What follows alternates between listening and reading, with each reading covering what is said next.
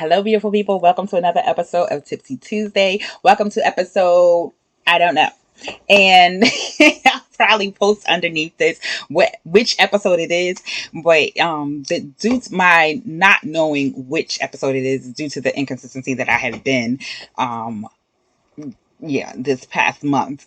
And, I'm going to talk about all of that right now because we are talking about mental health. We are talking about unprocessed grief. We're going to talk about finding your own medicine. These are all my bullet points for today. Find your own medicine, and self-care is more than a bubble bath. Okay. So my original plan was to post on October 10th for World Mental Health Day, but I needed time to deal with my own mental health to make sure that I was taking care of myself, because mental health, don't play with it. Don't play with it. Don't play with it. Don't play with it. I hear that every time I say it, and I know my daughter is probably like, "Ma," when she listens to this. But anyway, so but seriously, do not play with mental health. Mental health is just as important as heart health. And so, we know that the heart keeps us beating and, pumps the blood throughout our body. But, your mental health is just as important. Where you are mentally is just as important to your journey, to your life. It is just as important. So don't play with it. I've had a lot of uh, examples this month for when it comes to the importance of mental health, my life included. And I am even thinking right now, one of my neighbors, um, and it just showed me how much that if you don't process and if you have unprocessed grief, that's what I wanted to say, how it can have an effect on your body, mind, and spirit. So to make sure that you take that time, that's why I wasn't posting, because I needed to take that time. I couldn't give to y'all without first giving to me. And so when you don't take that time and process your grief and deal with it, it can literally take over and cripple you. And I have a dear neighbor that had something like that happen, and went to doctor, the hospital, and they're like, we can't find nothing, there's nothing there. So they start asking, like, what stress is in your life and everything like that. And that's what it really came down to. And the moment that he actually processed his grief, oh my God, one such a turnaround it was for him and his life. So I just want to encourage you to deal with unprocessed grief. And unprocessed grief does not have to only be losing a loved one, a human being, or a pet. It can be grieving losing a job, losing a status that you had in life, a financial status, a relationship status. It could be grieving the way things may have been with a friend and isn't anymore, or maybe grieving getting, sometimes people grieve getting older, grieving not being young again. But whatever it is, you need to really process that, and because it will build up within you and it'll have an effect on you, silently start to have an effect on you. So that is tip one. Number one is to deal with your grief. Okay, find a way to deal with it. Find your own medicine when it comes to dealing with grief, with stress, and all of those things. Like I said, it can have an effect on your body. If you follow me, you already know my medicine is running and exercising. That helps keep me balanced. And that's why, even in the midst of this whole month, you saw me sharing at least that part of my life, because that has been very helpful to me to deal with my life. It helps keep me balanced. It gives me that endorphins and all those things. It helps me think through. It helps me push through, when you can't necessarily take the movement emotionally that you need to do. What do I say? Put motion to your emotions. And that's what, I'm sorry, because the video is opposite when I see it. And so, but this is irritating me. My hair's growing. All right. Anyway, so put motion to your emotions.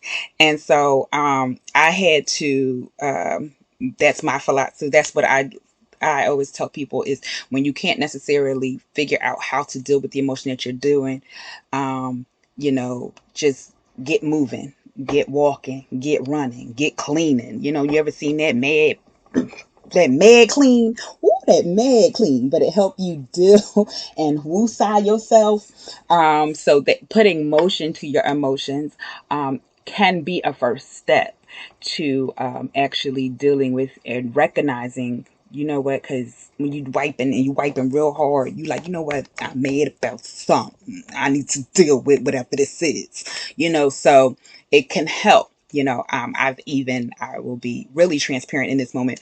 Um, Even in my running this month, uh, I have had runs where I really did not want to because grief really was crippling me to the point where I did not want to move. I did not want to go out and stick to my marathon training schedule. But thank God for my run community, the accountability. There was a couple of times I had to go out on my single runs by myself, and I would get out there. And on one of my single runs, I literally did not want to do it, but I know I needed to put motion to my emotions, and literally it helped because as I started moving, I started crying. And I hadn't cried yet about my grief. And because I was just like at a crippled place. So I'm just stating that sometimes putting motion to your emotions will help you begin to process whatever it is that you need to process. Okay. So find your own medicine. Mine is running and exercising. Yours might be, walking. Yours might be some TV, a show that ain't got nothing to do with reality, but just, stealing away to that non-reality of life for a little bit helps you get stay balanced, or help you, okay, life isn't really that bad, or whatever it may be, may help you find your medicine. Make sure that it's a healthy habit that you're taking on. I don't want, oh, she said, find my medicine, so I'm just going to drink it away. I'm just going to smoke it away. I'm going to just, be promiscuous away. Like, no, that's not what I'm saying. I'm saying to find a healthy habit that can help you deal, that can help you process, that can help keep you balanced. Sometimes it's just, maybe it's playing bingo. Maybe it's, some sport. Maybe it's, going to watch the game, with the fellas or whatever like that. But having that thing that you can help bring you to balance yourself. Okay. All right. I talked really, really long on that one. So, and then the last one is self-care is more than a bubble bath. I remember when the pandemic first happened, it was just like self-care day, and everybody was showing shots of their bubble baths or them getting a massage and everything like that. And it was just like, okay, but it's more than that. There are like 7 areas when it comes to bubble bath. And I realized even for myself, just taking that time, to take care of my environment was self-care. I felt better about my room when I took the time and was just like, Danny, let's get rid of this clutter. Let's just get rid of, my room was looking like how I felt basically. And, but that was self-care. Sometimes fixing yourself a meal is self-care. Sometimes, what else? Paying your bills is self-care. Uh, yes, a bubble bath and massage can be self-care, but there's other areas of life that can be self-care. Sitting on the couch can be self-care. So just realizing that self-care is more than a bubble bath, and to go ahead and move forward and doing that. So those are your tips for this Tipsy Tuesday. Mental health is so, so important. And I want to say more, but this is getting long, and then longer. So, oh, and then, so just remember that mental health is important, to make sure that you take your time out for it. Any unprocessed grief, whatever grief it may be, process it. Find your medicine. You're not the medicine that the doctor is giving you, but that medicine that you give yourself and your life, for where you are. And self-care is more than a bubble bath and a massage. So get to it. Let's take care of ourselves. All right. All right. Love and light to your journey. Till next time. Bye.